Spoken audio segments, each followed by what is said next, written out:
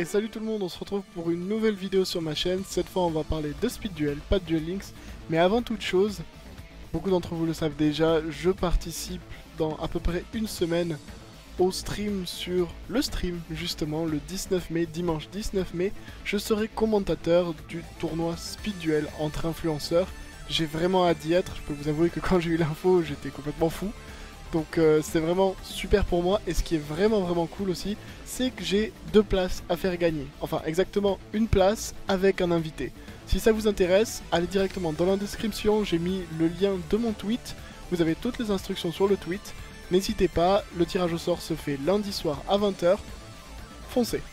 Donc maintenant par rapport à la vidéo, cette fois-ci on va parler de Speed Duel comme je l'ai dit, et plutôt de comment bien démarrer. Alors, il n'y aura pas de grandes théories, grandes réflexions ultra poussées, mais juste des petites bases, des bonnes idées pour peut-être sauver un peu d'argent, économiser un peu, et surtout se focaliser sur les bonnes cartes à avoir pour être compétitif, ou même pour avoir du bon fun entre amis. Je vous laisse tout de suite avec la première partie. Donc dans un premier temps, on va parler des decks de structure, et je les ai ici, les deux qui existent pour l'instant dans le Speed Duel, donc les maîtres du destin et les duellistes de demain. Vous avez également un booster qui s'appelle Arena of Lost Soul, donc les arènes des âmes perdues, je suppose, en français. Je vais pas parler plus de ce qui arrive dans le futur, les nouveaux decks de structure, etc. Je vous laisse le lien vers une vidéo faite par Jean-Tony dans la description. Si vous avez les moindres doutes, il explique tout ce qui arrive dans les prochains mois. En ce qui concerne bien débuter sur Speed Duel, moi je vous conseille évidemment, ça c'est les conseils évidents, commencer avec des decks comme ceci, pas avec les boosters, vu que les boosters c'est aléatoire. Si je dois choisir entre les deux, pour plus de fun ou même compétitivement parlant, je prends plus celui-ci. Le deck avec donc Kaiba, Mai et Joey. Pourquoi? Parce que les decks de Kaiba et Mai sont des decks qui sont très puissants actuellement et qui même dans la méta sur Duel Links, donc je prends en exemple Duel Links parce que c'est quand même, je pense, ce qui va se passer dans le futur pour le Speed Duel. Logiquement, les deux jeux sont très proches, donc le Speed Duel devrait suivre la trace. Et certaines des cartes de Mai et certaines des cartes de Kaiba sont encore très jouées actuellement dans Duel Links, donc c'est potentiellement un meilleur achat. Ensuite, quelque chose qui n'est pas très économique, on va dire, mais chacun de ces packs coûte en gros 10-11 €. Si vous voulez avoir un deck compétitif sans acheter des boosters, moi je vous conseille d'acheter un seul des deux, par exemple ne prendre que celui-là, mais l'acheter en 3 fois. Pourquoi l'acheter en 3 fois? Parce que, alors ça va être difficile pour vous de lire, mais sur à l'arrière ici vous avez différentes cartes donc qui sont pour la plupart en une seule copie ou 2 copies. Et vous avez par exemple dans le deck de Mai, donc ici vous avez la tempête d'Etaqua. Vous pouvez probablement pas lire, mais cette carte elle est jouable en 3 fois actuellement, elle est très forte. Et vous avez également beaucoup de cartes Harpie ou surtout des cartes Amazonesses. Et c'est ces cartes là que vous avez envie d'avoir en 3 fois. Donc c'est pour ça que si vous voulez jouer compétitivement au jeu sans avoir à acheter de booster, je vous conseillerais d'acheter en fait qu'un seul pack en 3 fois. Et si vous avez vraiment le budget, achetez les deux en 3 fois. C'est le meilleur moyen d'avoir un deck compétitif très vite sans passer par les boosters. Vous pouvez évidemment en acheter qu'un seul de chaque. Le problème, ou même d'ailleurs un seul, c'est tout. Le problème c'est que vous n'aurez pas des decks vraiment optimisés et potentiellement même pour jouer entre amis vous amuserez peut-être pas énormément à cause de voilà, des cartes qui vous manqueront pour faire des bons combos parce que vous aurez besoin de la carte en 2 fois, etc. etc. Donc moi un conseil c'est vraiment d'acheter les packs en plusieurs fois. Sur le coup ça peut être un peu surprenant et puis ça fait un peu cher, hein, je suis d'accord, c'est pas monter jusqu'à 70 € si vous achetez les deux en 3 fois. Mais ça vaut le coup et c'est la manière le plus rentable de vraiment s'amuser sur le Speed Duel. Alors que les boosters, voilà, c'est quand même aléatoire ce qu'il y a dedans. Donc ça, c'est un petit conseil que je vous donne. Et comme je l'ai dit, moi, je vous conseille pour l'instant, basé sur Duel Links, je vous conseille celui-là. Maintenant que j'ai parlé des decks de structure, je vais rapidement vous parler aussi du booster. Alors, évidemment, quand on veut sauver de l'argent pour un jeu, surtout pour des TCG, mettre de l'argent dans des boosters, c'est généralement pas la meilleure solution. Il y a aussi des gens qui achètent des cartes à l'unité. A vous de voir comment vous voulez faire. En tout cas moi ce que je vais faire c'est vous parler rapidement des cartes que je trouve intéressantes dans ce booster, que ce soit maintenant ou pour une méta future. Et on commence d'abord avec les cartes normales. Donc la première, âme possédée. Elle a pas l'air comme ça, elle a pas l'air incroyable, mais il faut savoir qu'à un moment ou un autre, renoncer au moins va être méta. Dès que l'oiseau supersonique arrive, le deck sera extrêmement fort. Il est déjà fort avec Senju, mais il le sera encore plus avec l'oiseau supersonique qui rajoute énormément de stabilité au deck.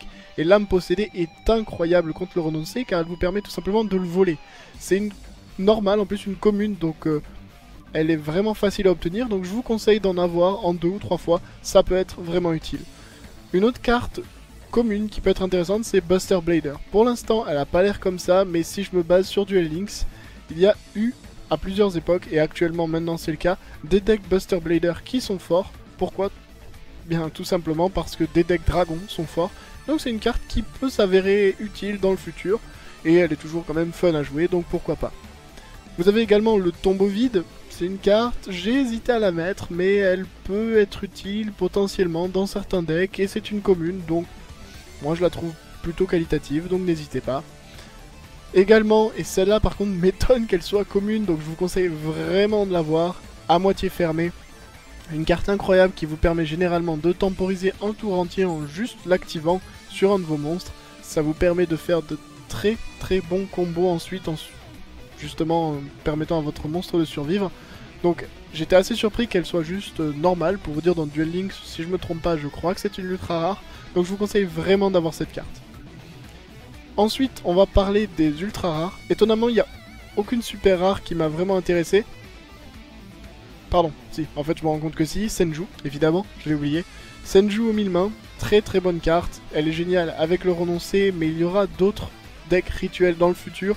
Donc surtout, cette carte, si vous pouvez en avoir plusieurs fois et que vous êtes surtout intéressé par les decks et monstres rituels, allez-y, n'hésitez pas, très bonne carte. Vous avez ensuite celle que tout le monde connaît, l'ultra rare Sphère Kuriboh. Elle est très forte, ça fait 2 ans et demi qu'elle existe sur Duel Links et elle est toujours jouée.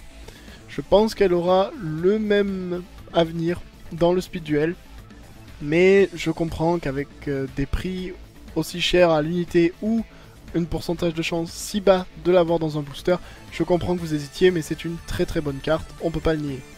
Dans le même cas, Michizure, c'est une très bonne carte, mais attention, Michizure a été utilisé pendant un certain moment dans Duel Links, mais ça s'est ensuite arrêté, tout simplement parce que, vous le savez, avec le TCG ou même Duel Links, plus on avance, plus on a des monstres qui ont des effets pour être insensibles à la destruction, ou qui ont des effets qui s'activent lorsqu'ils sont détruits. Et donc Michizure se retrouve être une carte faible en fait dans une méta comme ça. Donc vous pouvez y aller, elle est plutôt forte actuellement, mais je pense que très vite elle tombera un peu dans l'oubli. En parlant de cartes qui vont tomber dans l'oubli, Tourbillon. Voilà, c'est une ultra rare actuellement. Elle a l'air bien. Dans la méta, elle est vraiment pas mal. Mais très vite, il y aura mieux. Vous connaissez les cartes du TCG, Cyclone Cosmique, Cyclone Galactique. Je peux en citer plein de cartes qui sont meilleures que le Tourbillon et qui font mieux son taf que Tourbillon. Donc je vous déconseille quand même d'en avoir plusieurs copies ou de chercher à en avoir une absolument. Pour l'instant, c'est bien, mais ce sera pas nécessaire très longtemps. Et dernière carte dont je veux parler, Tempête du désert. Pardon, Tornade du désert. Tempête du désert, ça n'a rien à voir avec Yu-Gi-Oh! Tornade du désert, donc. Il y a eu un deck sur Duel Links qui a été joué pendant un bon moment avec. C'est une carte très fun, donc je vous conseille quand même de l'avoir en 1 ou 2 copies. C'est quand même vraiment marrant de la jouer, mais compétitivement parlant, elle n'aura pas un très grand avenir sur le speed duel aussi. Selon moi, encore, je peux me tromper. Mais voilà, à vous de voir, mais c'est clairement pas une carte que je dirais comme étant une carte clé de ce booster. Donc maintenant on va parler des decks que je vous propose de jouer et de tester potentiellement si vous achetez en x3 un des deux ou les 2 packs de départ. Je rappelle que pour ces decks, ce sont pas obligatoirement les decks les plus compétitifs. Par exemple pour le pack où il y a le deck de Mai que je vais vous présenter en premier, le deck de Kaiba avec les dragons blancs yeux bleus est très certainement plus fort de manière générale. Mais je préfère jouer celui-là et vous montrer celui-là parce qu'il est un peu plus fun. Et je vous montrerai ensuite le deck que j'ai choisi pour l'autre pack de structure. Donc tout d'abord ici on joue évidemment un skill. Le skill qu'on joue avec Mai c'est Synergie Tribale. Alors j'espère que la résolution se fait bien. Donc cette carte c'est si vous avez un monstre Amazon et un monstre Harpie dans votre main, vous pouvez les révéler et piocher une carte. Et si vous en avez un de chaque sur votre terrain, vous pouvez piocher 2 cartes depuis votre deck. Donc ça vous donne beaucoup de pioches, ce qui est très très important avec un deck Amazon, voire un deck Harpie, surtout avec un deck pur Amazon. Et ici, ces compétences, vous pouvez les utiliser une seule fois chacune par duel. Donc ensuite, pour aller avec ces cartes, on va évidemment jouer des cartes monstres. Donc les 3 cartes monstres qu'on joue, chacune en x3. Je vais vous les montrer une par une. D'abord, on joue l'épée Amazon, vous la connaissez probablement tous. C'est une carte qui fait subir les dommages de combat à l'adversaire. Donc si cette carte attaque ou si elle est attaquée, c'est votre adversaire qui subira les dommages de combat, pas vous. Ensuite, on joue aussi en x3 le chaman, enfin la chaman amazonesse, qui a pour effet que si après avoir attaqué, après la damage step, si elle est toujours sur le terrain, vous pouvez détruire une MP adverse, donc très efficace également, surtout dans la méta. Et pour fonctionner avec la carte Synergie Tribal, je joue uniquement la Dame Harpie 3 en 3 fois. Pourquoi j'ai choisi la Dame Harpie 3? Parce qu'elle a un effet qui est très très fort, qui est que si un monstre qui combat cette carte ne pourra pas déclarer d'attaque pendant 2 tours de votre adversaire. Et ça, vous allez voir qu'avec certaines des autres cartes dans mon deck, c'est plutôt efficace. J'en profite pour m'excuser du fait que j'ai pas de sleeve, j'en ai, mais là j'ai pas mis les cartes dedans pour éviter des reflets moches, mais ne vous inquiétez pas, je ne suis pas un de ces assassins qui détruit des cartes sans mettre des sleeves. Ensuite, on va parler des différentes cartes de magie. Donc je joue évidemment deux villages amazonesses. Donc c'est une carte qui est très très forte, elle booste l'attaque de vos amazonesses de 200. Et en plus, une fois par tour, quand un monstre amazonesse meurt, vous pouvez en invoquer spécialement un depuis votre deck. Donc ça vous permet de réduire votre deck pour aller chercher les cartes dont vous avez besoin pour les combos. Donc c'est très efficace, je la joue en 2 fois. Ensuite, je joue aussi l'héritage amazonesse. Carte très très fort avec les Amazones, je la joue en 2 fois également. Pourquoi c'est très très fort? Parce que vous pouvez survivre déjà à une attaque. Le monstre amazonesse équipé avec cette carte survivra à une attaque. Et le plus important, c'est si c'est le monstre équipé qui a attaqué, après le calcul des dommages, vous pouvez détruire le monstre attaqué. Donc c'est très très fort, surtout en combo avec l'épée amazonesse. Ça vous permet de faire des choses comme attaquer dans un dragon blanc, gérer le dragon blanc, plus faire 1500 de dégâts, enfin de très bons combos. Et c'est là où ça combote très très bien, je rappelle, avec la Dame Harpie 3. Pourquoi? Parce que pour gérer cette carte, votre adversaire a 2 solutions. Soit il a des cartes qui détruisent les magies et pièges, soit il doit attaquer 2 fois. Le problème c'est qu'avec une Dame Harpie 3, votre adversaire aura potentiellement un monstre sur le terrain qui ne pourra pas attaquer. Donc il sera obligé d'attaquer avec les 2 autres dans votre amazonesse équipée de l'héritage amazonesse. Et ce sera peut-être pas possible même pour lui de faire ça. Ensuite, on arrive aux pièges. Justement, des pièges pour temporiser. Tempête des Taquois, c'est trop fort, ça passe tous les monstres adverses en position de défense. En tout cas, ça change leur position. Donc c'est juste trop fort. Je la joue en 3 fois. Il n'y a rien à dire sur cette carte. Dans la méta, elle est beaucoup trop forte. Ensuite, je joue l'avant-dernière carte, c'est Kunai avec Shen. Je la joue également en 3 fois. Pourquoi je la joue en 3 fois? Parce que son boost de 500 d'attaque est plutôt correct. Vous voyez bien que vos monstres n'ont pas beaucoup d'attaque, donc vous allez potentiellement avoir besoin de ces dégâts en plus. Et pour poser en mode défense, passer en mode défense un monstre adverse est très efficace également. Imaginez si je fais un combo, par exemple un monstre est empêché d'attaquer par la Dame Harpie 3, et je passe en mode défense un monstre adverse avec le Kunai avec Shen. Ça devient impossible pour mon adversaire de gérer un monstre Amazon équipé de l'héritage amazonesse. Donc c'est très très fort en combo et ça permet vraiment de temporiser votre adversaire. Le plus grand problème de ces cartes et de ce deck, au fond, ça va être soit les cartes magiques et pièges qui détruisent vos cartes magiques et pièges, comme tourbillon, etc. Mais aussi l'autre problème, ça va être tout ce qui est les tempêtes des Taquois adverses, Michizure, etc. Et c'est pour ça que je joue un brouilleur de pièges. De nouveau, il est dans le même pack que toutes ces cartes, j'ai tout pris du même pack. Et le brouilleur de piège vous permet de jouer autour justement d'une tempête des Taquois, etc. Donc très très efficace. Juste pour dire très vite, ce deck évidemment peut être amélioré avec différentes cartes d'autres packs ou des cartes de booster, comme Sphère Kuribo et d'autres cartes intéressantes, Michizure. Mais c'est quand même très très bien ici pour, comment dire, avoir un bon deck de départ qui fonctionne bien et posera pas de problème et vous permettra de vous amuser, que ce soit avec vos amis ou en tournoi. Donc on se retrouve maintenant pour le deuxième deck de structure et le deuxième deck que je vais vous présenter. On va ici jouer Shizuista, une compétence de Shizuista, et comme vous le devinez ici, on va jouer les protecteurs du tombeau. cette carte, cette compétence dit que si vous perdez 1800 points de vie ou plus, à la place de piocher normalement au début de votre tour, vous pouvez aller chercher une carte protecteur du tombeau dans votre deck et l'ajouter à votre main. Donc très très fort, vous pouvez aussi utiliser la carte pioche de la destinée, mais vu qu'ici c'est vraiment un deck protecteur du tombeau, cette carte fonctionne très bien et vous avez 200 points de vie de moins à perdre, qui peut quelquefois faire la différence. Ensuite, dans les monstres, on parle de protecteur du tombeau, on joue évidemment le recruteur. Je vais pas passer 2 heures sur cette carte, vous la connaissez très bien. Si elle est envoyée au cimetière, vous pouvez aller chercher une carte dans votre deck qui liste protecteur du tombeau.